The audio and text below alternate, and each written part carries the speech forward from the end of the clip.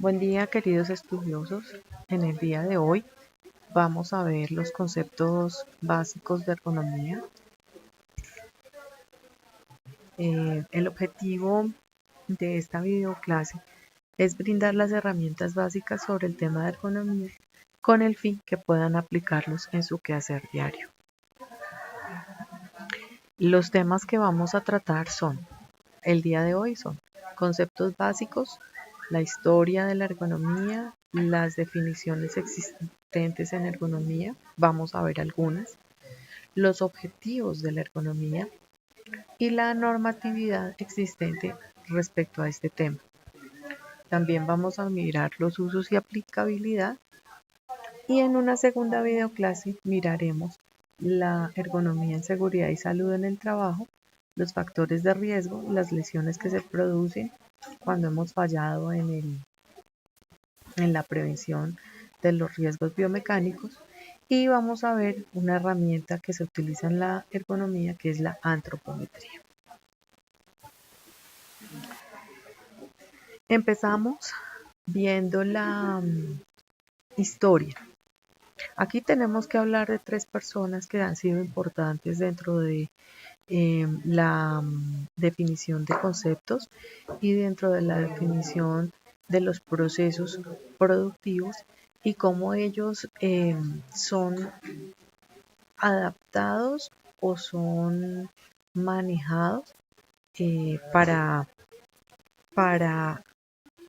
el bienestar en algunos casos de los trabajadores. Estas tres personas son Smith, quien fue el primero que habló de que el trabajo tenía que dividirse, que no solamente una persona podía hacer todos los pasos, sino que el trabajo se tenía que dividir y que esa división del trabajo iba a generar eficiencia del trabajo porque la persona se especializaba y de esa manera generaba mayor rendimiento, mayor productividad. Luego viene Taylor, que nos habla de la organización científica del trabajo. En la medida en que el trabajo se organiza, se hace una especialización y eso aumenta la producción. La especialización hace que la producción sea mucho más eficiente.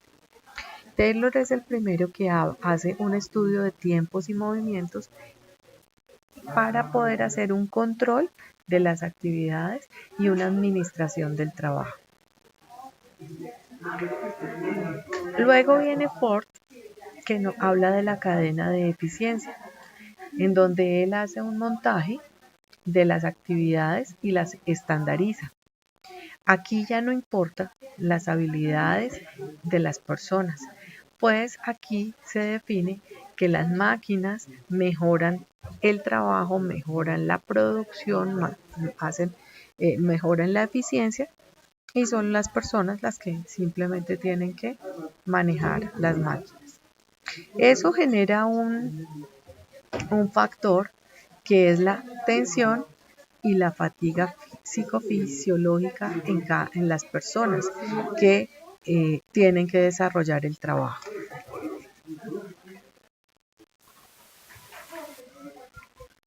Luego, más adelante en Europa, se habla de un enfoque fisiológico para resolver el error humano con relación al objeto o la máquina.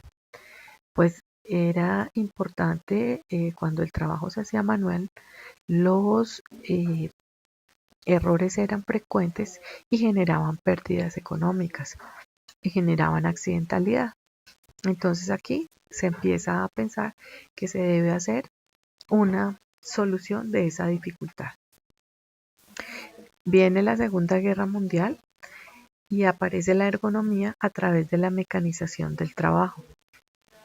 En 1507 de 1507 a 1513, Leonardo da Vinci hace estudios del movimiento de segmentos corporales a través de las disecciones de cadáveres. En 1512, Dürer habla del arte de las medidas y la ley de las proporciones en los seres humanos. De 1520 a 1560, Merey habla de las técnicas de medición del cuerpo humano. En 1575, Huarte habla de la adaptación de profesiogramas y establecer perfiles con base en las habilidades y características de las personas. En el siglo XIX, Tissot habla de la climatización de los lugares de trabajo para facilitar el desempeño de los seres humanos en el desarrollo de la actividad. Patissier habla de la recolección de datos de mortalidad en obreros y hace la correlación con la accidentalidad laboral. Ya en 1857, Hatzebouki es el primero que define la ergonomía como tal. Entre 1920 y 1960 se habla de la motivación de las personas para realizar los trabajos, que debe hacerse entrenamiento en la ejecución del trabajo y que se deben hacer pruebas de aptitud a las personas para que puedan ser productivas y eficientes en el desarrollo de su actividad. En 1911, los esposos Gilbert hacen referencia a los conceptos de rendimiento, fatiga y destreza en el desarrollo del trabajo. Entre 1920 y 1930, Estados Unidos inicia la psicología del trabajo. Y en esa misma época, Gaster habla de las disposiciones laborales controladas de tiempos y movimientos. Entre 1939 y 1945 se hacen trabajos específicos en ergonomía y se plantea la adaptación de la máquina a las capacidades y limitaciones humanas. Entre 1940 y 1950, Bertolini define la teoría general de los sistemas, el enfoque biológico y hace un estudio de la relación de los elementos con un fin común y refiere que la ergonomía tiene características multidisciplinarias. En 1949 se crea la Sociedad de Investigación Ergonómica en Inglaterra. En 1959 se crea la Asociación Internacional de Ergonomía, la IEA.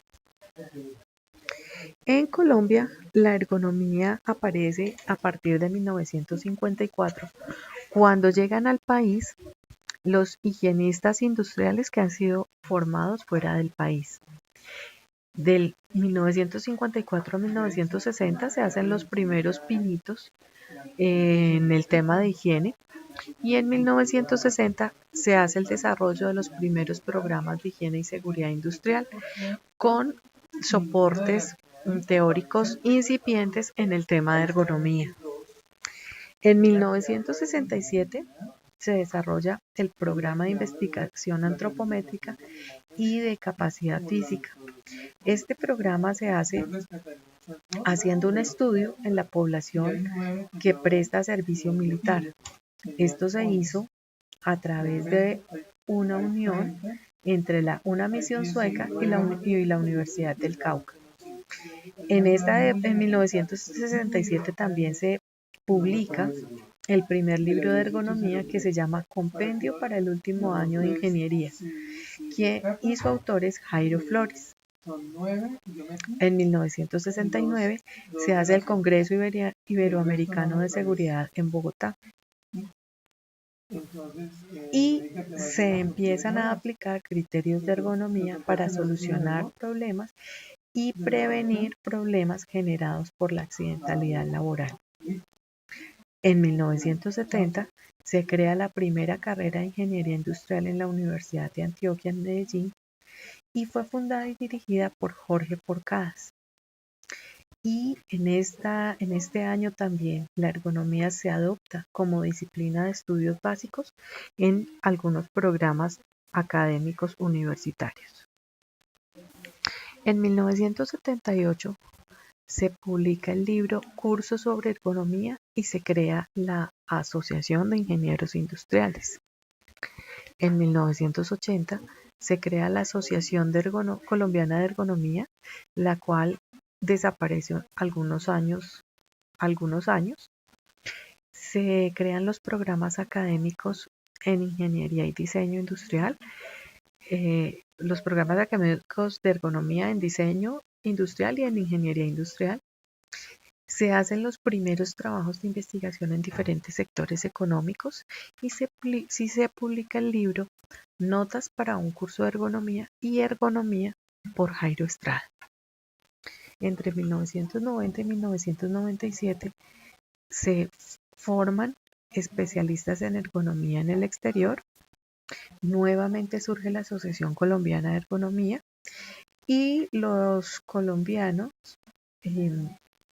interesados en el tema empiezan a participar en eventos internacionales de ergonomía y se empiezan a ejecutar proyectos de asesoría y consultoría y se realiza en esta época también el primer Congreso de Ergonomía. Entre 1990 y el 2018 se han hecho diversos estudios y aplicación de la ergonomía en diferentes sectores económicos, se han desarrollado proyectos de ergonomía y se crea la especialización en ergonomía y se promueve el desarrollo de los ergónomos a nivel país. Ahora vamos a ver la legislación y las normas que soportan el desarrollo de la ergonomía en Colombia.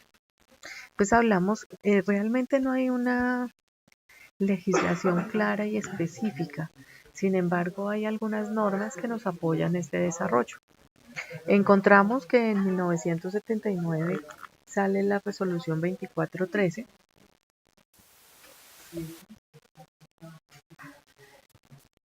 en donde se habla de la ergonomía en la construcción y los pesos máximos y mínimos que se deben manipular, que deben manipular las personas.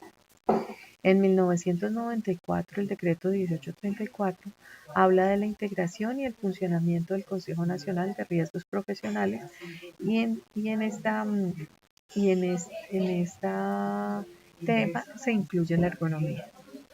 En 1994 también sale el Manual Guía de Salud Ocupacional, donde establece la ergonomía como una de sus áreas de trabajo.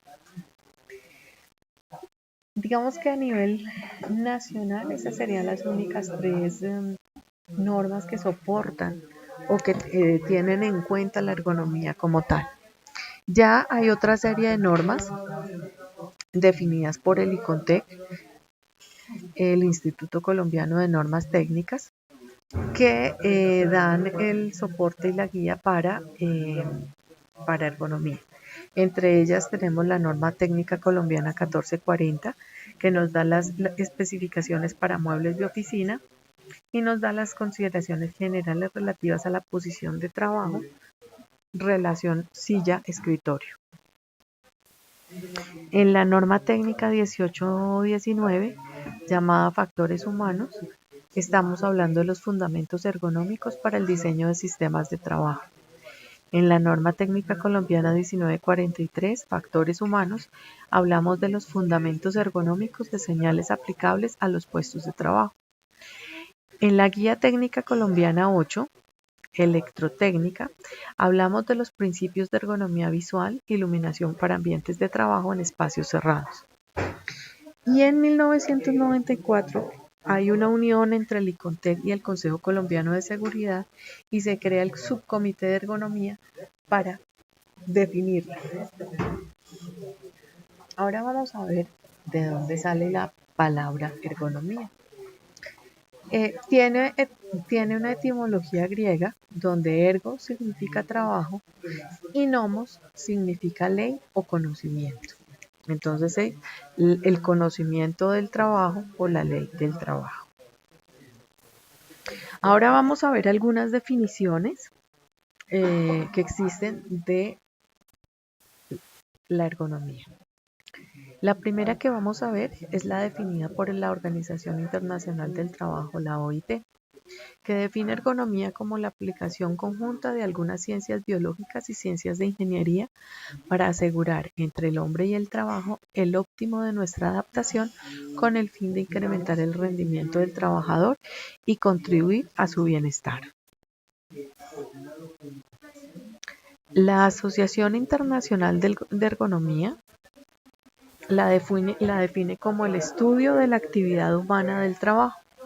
Es una ciencia que estudia y optimiza los sistemas hombre-máquina, buscando la adaptación de la máquina al hombre, preservando en este su salud, su dignidad y, dados estos supuestos, buscando la máxima eficiencia conjunta. Ahora vamos a ver la definición que da una colombiana que ha trabajado y se ha dedicado toda la vida a la ergonomía, que se llama Marta Sequera. Ella define ergonomía como el estudio como el estudio de la relación entre las capacidades, habilidades del ser humano y los requerimientos del trabajo para lograr la eficiencia, la seguridad y el bienestar del trabajador en su desempeño organizacional y la productividad de la empresa.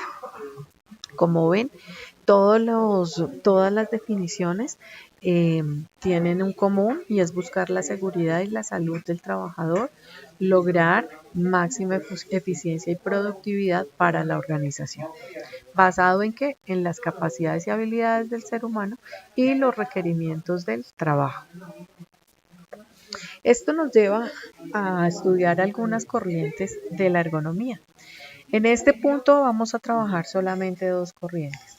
Una, que es la centrada en el componente humano, donde las posturas, los movimientos y la carga física que generan los elementos de trabajo van a determinar el desarrollo de esa actividad productiva. Y la segunda es centrada en la actividad humana, en donde hay una situación particular de trabajo, existe un individuo que va a ejecutar esa actividad y existen unos requerimientos que están determinados por el tipo de trabajo a desarrollar, y al unir esas dos condiciones se genera el trabajo.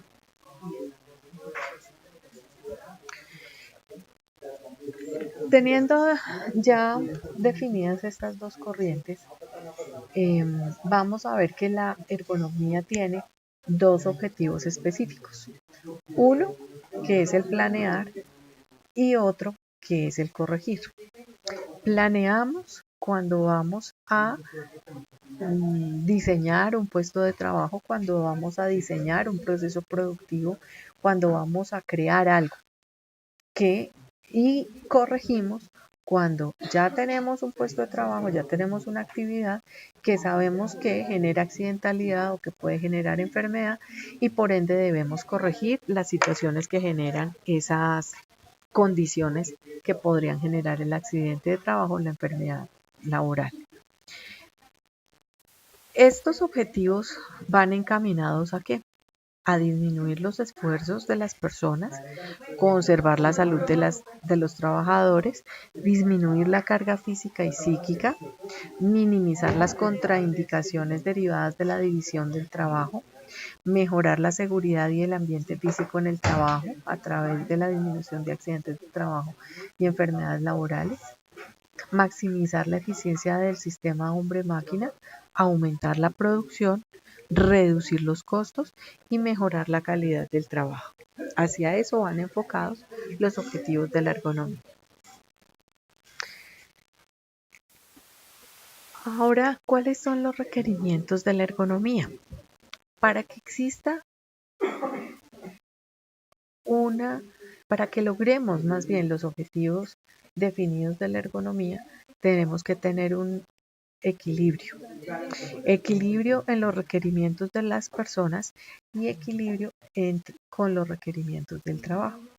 Entonces tenemos que tener en cuenta las capacidades, habilidades, las condiciones físicas y la disposición que se tenga para realizar una determinada actividad por parte de una persona específica, y tenemos que revisar, contraponerlas contra los requerimientos que tiene un trabajo, las actividades, los recursos, el entorno físico en el que se va a desarrollar y la productividad que se espera de ese trabajo. Cuando tenemos ese equilibrio, tenemos una máxima eficiencia productividad y salud. Cuando no cumplimos con estos requerimientos, bien sea porque no tenemos en cuenta el ser humano o no tenemos en cuenta el puesto de trabajo, pues vamos a tener un desequilibrio y es cuando tendríamos que entrar a corregir en ergonomía. Esto nos lleva a pensar que la ergonomía no es exclusiva de una sola profesión, aunque así se creó.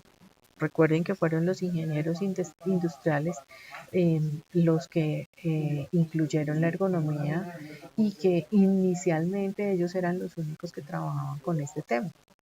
Con el tiempo se ha llegado a la conclusión de que la ergonomía es multidisciplinaria y que dependiendo de lo que se quiera hacer, se requiere la interrelación con otras disciplinas.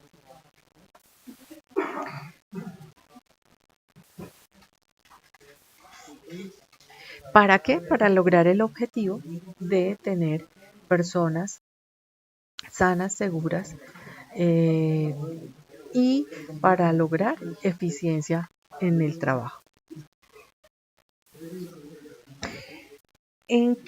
Siendo así, ¿cuál es el campo de acción de la ergonomía? La ergonomía trabaja en seguridad para mejorar condiciones físico-ambientales de los sitios de trabajo, trabaja para eliminar los trabajos penosos como los de la minería, por ejemplo, que trabajan en socavones, trabajan para adaptar los puestos de trabajo al hombre y para el desarrollo del personal. Bueno, voy a interrumpir un segundo para ver. Fanor, Zuli, ¿cómo están? ¿No me están escuchando? ¿Me escuchan?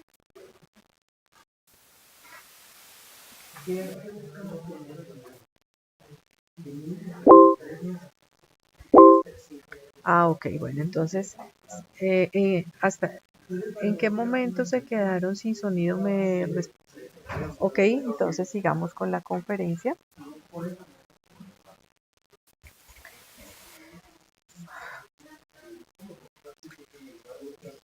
Esto nos lleva, digamos, la multidisciplinariedad y los campos de acción nos llevan a mirar cuál es la intervención de la ergonomía. Cuando hablamos de la parte clínica, hablamos que la ergonomía interviene en la anatomía corporal, cuando hacemos estudios de antropometría y de biomecánica, interviene en la fisiología cuando vamos a evaluar o vamos a medir el esfuerzo de las personas al realizar los trabajos o el entorno en el cual las personas deben desarrollar su trabajo. Intervenimos en la psicología cuando tenemos que hacer el estudio de las aptitudes y las habilidades de las personas que desarrollan el trabajo. Entonces ahora vamos a mirar qué pasa cuando las medidas de prevención que nosotros adoptamos no funcionan. Entonces vamos a ver la ergonomía en qué puede intervenir. Entonces, la ergonomía puede intervenir en el riesgo auditivo. El riesgo auditivo es causado por ¿quiénes? Por máquinas, impresoras, radios, teléfonos, por el volumen de la voz, por un ambiente externo ruidoso. ¿Cuáles son los factores de riesgo? El nivel de presión sonora, el tipo de ruido, el tiempo de exposición al ruido y la edad de las personas. Recuerden que entre mayor sea la persona, mayor es la posibilidad de que pierda la audición. ¿Cuáles son los efectos en la salud del ruido? Lo primero es que se genera un pito permanente que se escucha en el oído, el cual se llama tinnitus. Y los efectos extraauditivos son la dilatación de la pupila, el aumento de la frecuencia cardíaca, trastornos gástricos, insomnio e irritabilidad. Todos estos síntomas pueden ser generados en una persona por la exposición a ruido. ¿Cómo lo podemos controlar? Haciendo mantenimiento preventivo de las máquinas, haciendo la reubicación de la fuente generadora del ruido, haciendo el control del volumen de radios, de grabadoras o equipos de sonido, comprando equipos poco ruidosos, recubriendo con elementos que disminuyan la acústica, los equipos, disminuyendo las superficies que pueden repercutir el ruido y educando para el control del volumen de la voz a las personas. Ahora vamos a ver el riesgo visual. El objetivo de la ergonomía visual es facilitar la visión de los objetos de manera tal que el trabajo sea en condiciones de eficacia, comodidad y seguridad, y disminuir la fatiga, el error, la accidentalidad y aumentar la calidad de trabajo.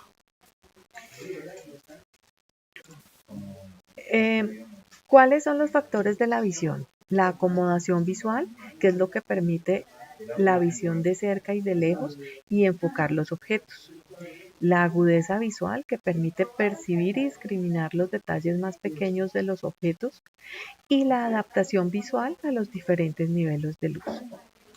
¿Cuáles son? ¿Qué genera riesgo visual? La cantidad de luz, la clase de iluminación que se tenga en el lugar, la ubicación de las luminarias y el estado de los tubos o de las luminarias. Cuando hablo del estado me refiero a la limpieza de las luminarias o de los tubos en el caso donde tengan tubos de luz. ¿Qué efectos produce el riesgo visual en la salud? Aumenta el estrés, genera dolor de cabeza y genera fatiga visual, que nos permite hacer control frente a ese riesgo visual. El control de fuentes directas de luz, como las ventanas, debe estar fuera del campo visual. Evitar que la luz se refleje en el vidrio, en la mesa o en el computador. Y controlar la posición de las lámparas o luminarias sobre la fuente de trabajo. Esa posición debe ser transversal. Ahora vamos a ver la ergonomía en el riesgo psicosocial.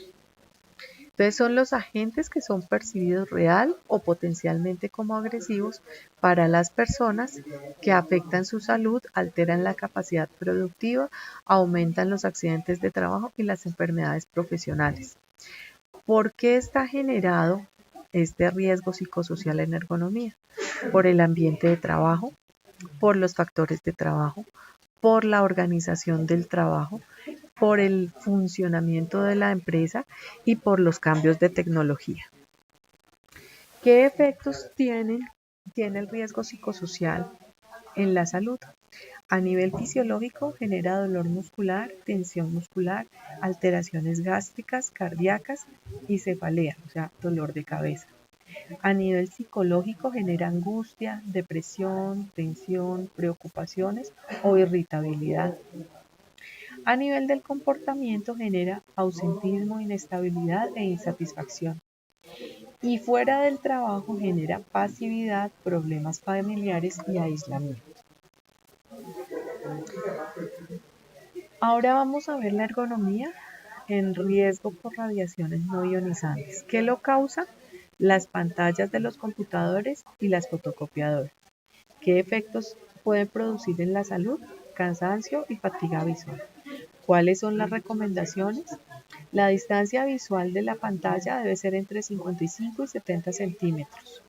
Se debe mantener el ángulo visual a la altura de los ojos y el uso de filtro para pantallas. ¿Cómo podemos hacer el control para que estos factores de riesgo que afectan la salud de las personas puedan disminuirse? Se hace promoviendo en las personas el uso del tiempo libre, promoviendo técnicas de relajación dentro y fuera de los sitios de trabajo. se hace a través de la resolución de conflictos dentro del trabajo, mejorando los niveles de comunicación y los canales de comunicación, haciendo o apoyando para que el trabajador haga una buena distribución del tiempo dentro del horario laboral, priorizando las actividades a desarrollar y fomentando el autocuidado. Hasta ahí, ¿tenemos alguna pregunta? Zuli, Panor, ¿tienen alguna pregunta, alguna duda, alguna inquietud?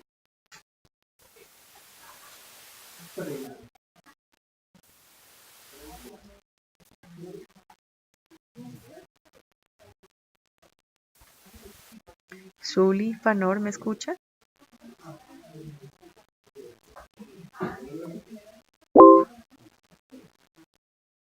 ¿Tienen alguna pregunta, alguna duda frente al tema?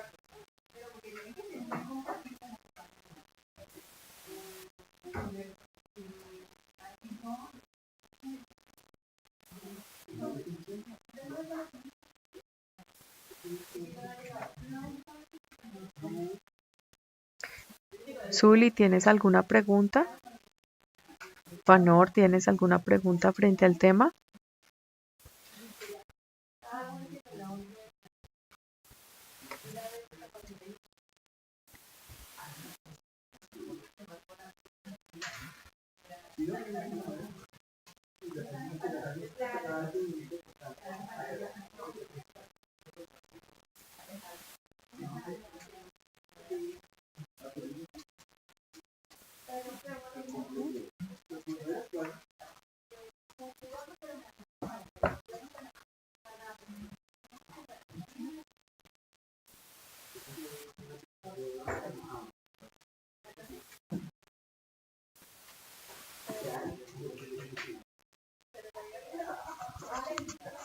Zuli.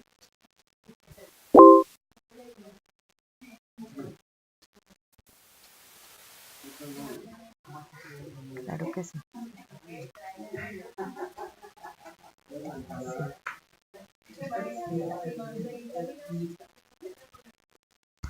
Para ello tendríamos que definir exactamente cuáles serían las causas que están generando ese factor de riesgo psicosocial y a partir de ahí poder determinar cuáles serían las condiciones que nos permitirían mejorar ese factor de riesgo psicosocial.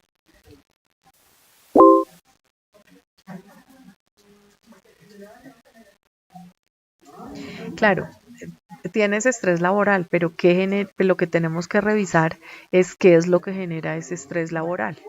Porque si te fijas y volvemos a la presentación,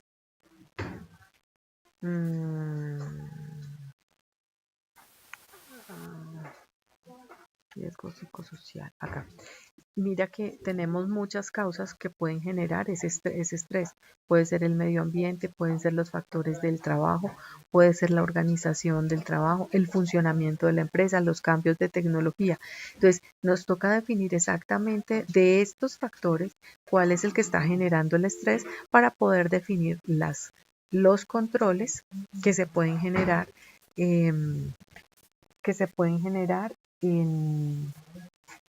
para disminuir ese estrés laboral.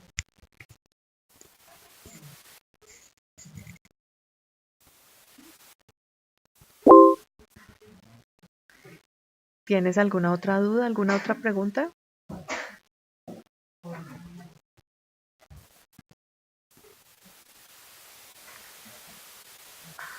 Steven, ¿tienes alguna pregunta?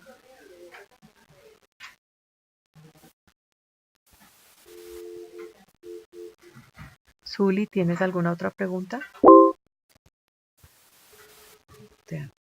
Ok, perfecto. Entonces, si no tienen ninguna otra duda, quedo atento a cualquier inquietud o duda que ustedes puedan tener al respecto.